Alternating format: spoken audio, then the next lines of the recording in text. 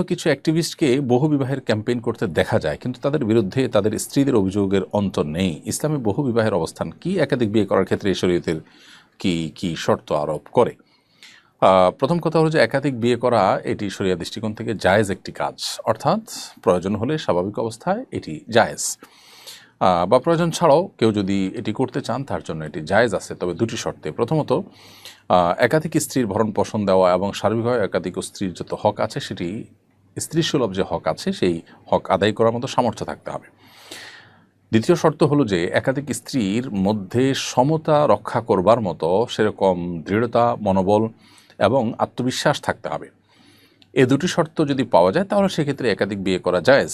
আর যদি এই দুটি শর্তের কোনোটি পাওয়া না যায়, অর্থাৎ তিনি যে কোনো একজন স্ত্রীর প্রতি ঝুঁকে পড়বেন, অপরজনের প্রতি বৈষম্য করতে পারেন, তার ক্ষেত্রে ইনসাফের ঘাটতি করতে পারেন, এরকম আশঙ্কা যদি থাকে তার নিজের ব্যাপারে, তাহলে সেক্ষেত্রে তার জন্য একাধিক বিয়ে করা জায়েজ নয়। ঠিক একইভাবে একাধিক বিয়ে করে স্ত্রীদের ভরণ পোষণ দিতে না পারলে, তাদের জৈবিক চাহিদা পূরণ করার মতো ক্ষমতা না থাকলে, সেক্ষেত্রে তার জন্য একাধিক বিয়ে করা কিন্তু জায়েজ নয়।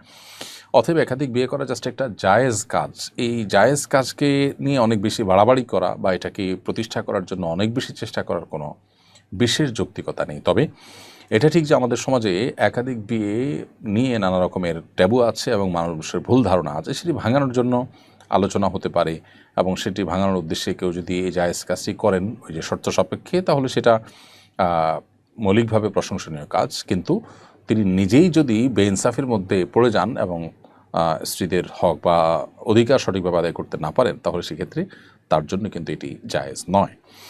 অবস্থাভেদে আবার কখনো কখনো একাধিক বিয়ে করা যায় ওয়াজিবও হতে পারে। কোনো ব্যক্তি একাধিক বিয়ে না করলে তার চরিত্র ঠিক রাখছে না, একজন স্ত্রী হয়তো তার অসুস্থ, সেক্ষেত্রে তার আরেকটা বিয়ে করা জরুরি এবং তার সে সক্ষমতাও আছে, সব মিলিয়ে শর্ত পূরণ করার মতো যোগ্যতা আছে, তাহলে তার জন্য চরিত্র রক্ষার জন্য একাধিক বিয়ে করা আবশ্যক হতে পারে। আবার যার জন্য একাধিক বিয়ে করলে স্ত্রীদের হক আদায় করার সামর্থ্য যার মধ্যে নাই, তার জন্য একাধিক বিয়ে করা কিন্তু আবার নাজায়েজ হতে পারে। অর্থাৎ বিষয়টি ভ্যারি করে ব্যক্তির অবস্থার উপরে।